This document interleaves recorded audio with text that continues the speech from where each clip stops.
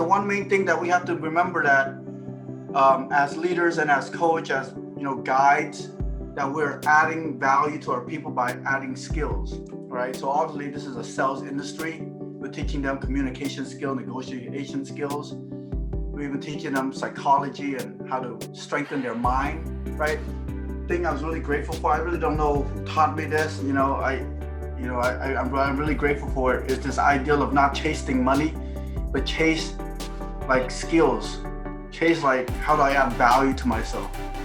So definitely remember that the biggest thing that we can do for our people to create a raving fan is constantly add value by giving them experience, skills, right? And most importantly, proximity. Right, proximity. That it's funny, right? Because I think this weekend I realized like proximity went to another level, because I thought proximity, like just spending time with them, talking to them and things like that it's good, right? But I found that actually in psychology, if you actually just there's a distance in which people like associate closeness, right? So if you actually 12 feet away, you're in the same room, that's pretty close, right? But then if you're like 4 feet away, right, you're friends. But then when you're like shoulder to shoulder or feet away, now you're like in the circle, right? So I thought it was fascinating. I think that's why we yearn the whole attention with each other. That's why right now when we meet at the office, we have like this different connection and vibe, right? From meeting at the office and seeing each other again. Because I think human nature, we yearn to be connected in that way, to be close to each other. So I thought that was pretty fascinating, right? One thing I want to add to that really helps me create that bond, and this is, you got to really care to do this, because if you don't, you could probably gonna crap yourself out, because you're gonna deal with a lot of BS. But I personally love it when, it sounds a little weird, but I love it when people's going through some hardship and things like that, and I'm being able to like go through that pain with them. Right? There's nothing that tie a relationship close together like a mean customer at the door that you can connect back with, right? You're like, hey, remember that customer? Right? Right? It's something about going through hardship together that just bonds, right? So I make it a point to make sure that if my people is going through some tough times, that I'm there for them, to show that I got their back, not only on the good times, but also at the hard times, right? I think a lot of my just about every one of my great relationships are like that. So I think that's something to look forward to as well. Does that make sense, guys? Cool. So let's go into the meat of things, how to deal with people that quit, right? Now, obviously, we just talked about how to create a raving fan. There's a lot of time investment, right? We talk about proximity, spending time. We talk about giving our experience, teaching them valuable things, right? And then all of a sudden they quit on you, right?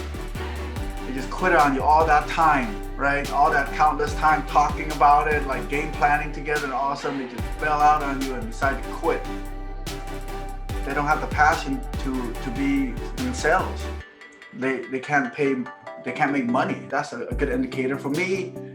If somebody doesn't make the goal that they set with me, it's kind of like a mutual agreement that this is not for you, right? Because ultimately this is still a job, right? So no matter how much I love you, how much you love me, if you can't fend for yourself and make a certain amount of money to hit your financial goal for your family, it's essentially not the right fit. So is it true that they're quitting on you first? Because I think this whole dark feelings or feelings of ill intention stuff comes from the idea of them quitting on us, right? And I really want to shift perspective here. I don't think anybody quits on us. They quit on perhaps the opportunity, in the sense that sales is not for them, the business is not for them, right? But the ideal is, let's go for peace of mind, right? If we do our best to train them all the life skills and things like for them to be successful, and then they still decide to leave, there will be good reasons, right? So just focus on that is what I'm saying. Does that make sense? Like if you just focus on being a good leader, being there for them and train them the best that we can, when they decide to leave, it'll be for a good reason, right? Let's think bigger, right? This is just a moment of time here. Right now, CMC, Cornerstone, I know it's hard, it's funny for me to say that. I mean, this is my company after all. I'm asking you guys to think bigger and beyond that. Think about your life here, right? People that you encounter is nothing more than relationships, right? Your goal in life is to develop amazing relationship with very sharp, ambitious, driven people, yes? Yes. Rather they're with you or not, you want to be connected with these people, yes?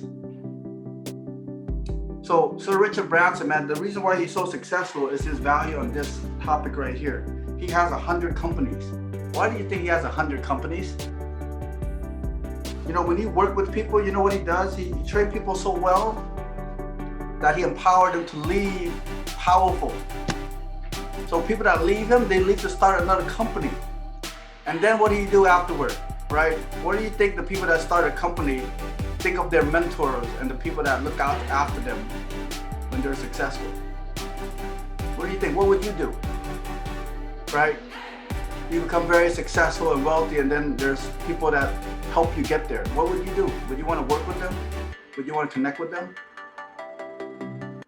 Or do you want to like run away from them because they did too much value to you? You don't want nothing to do with these people. What would you do?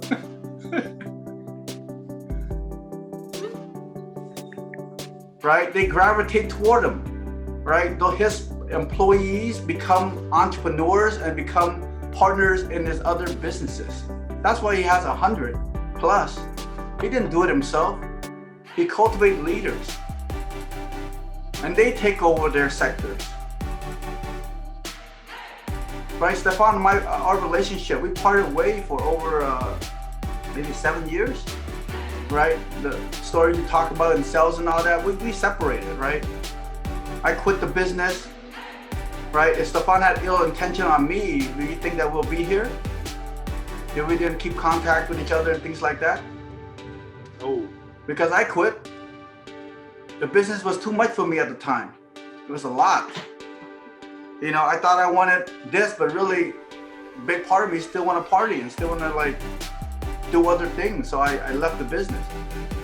If he was to be jaded toward me in that way and then not call me and shun me, we would not be here, honestly.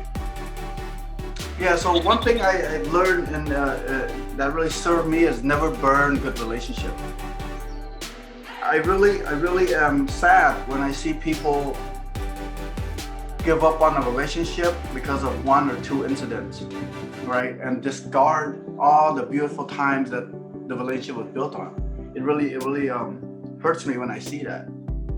Like when I find a good relationship, when I respect someone and I see their heart and we're aligned, which means like, you know, we want to develop cornerstones together and we have this ambitions of creating a better life for our families. Those kind of individuals, I would do my best and I would never not contact them. It's just that's the cornerstones I'm looking for. And the one thing that I have to focus on is make sure that I develop the best relationship possible with every encounter, right? Because that's the true wealth.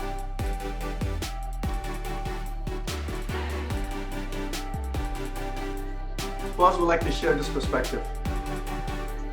I keep in contact with some of the people that have quit my team. You know, I just want to keep some type of relationship with them. I think it's always important to keep some type of relationship with people just because they quit. You know, you don't want to switch up instantly. And then they always end up coming back, you know, because they see how genuine of a person you are. And so they just believe your intentions are pure. That's awesome, Jay. That's awesome. I've also kept in touch with a few people, Ken, speaking out. I actually keep in touch with Rashid, told him happy birthday and stuff like that. And he actually, a week or two ago, he hit me up. He's like, a customer contacted me, they need some help. So I'm like, sick, dude, thanks. And I went over there and I closed their house. So it was dope. Yeah, the thing is, if you treat people right, man, like Sir Richard Branson, I mean, he has a lot of wisdom in that, right? Train people so well that they are empowered to leave, but treat them so well that they have no reason to. I think that's the best thing that we can think of when we think of training. And, you know, for me, like from a personal development perspective, I thank everyone that I encounter, right?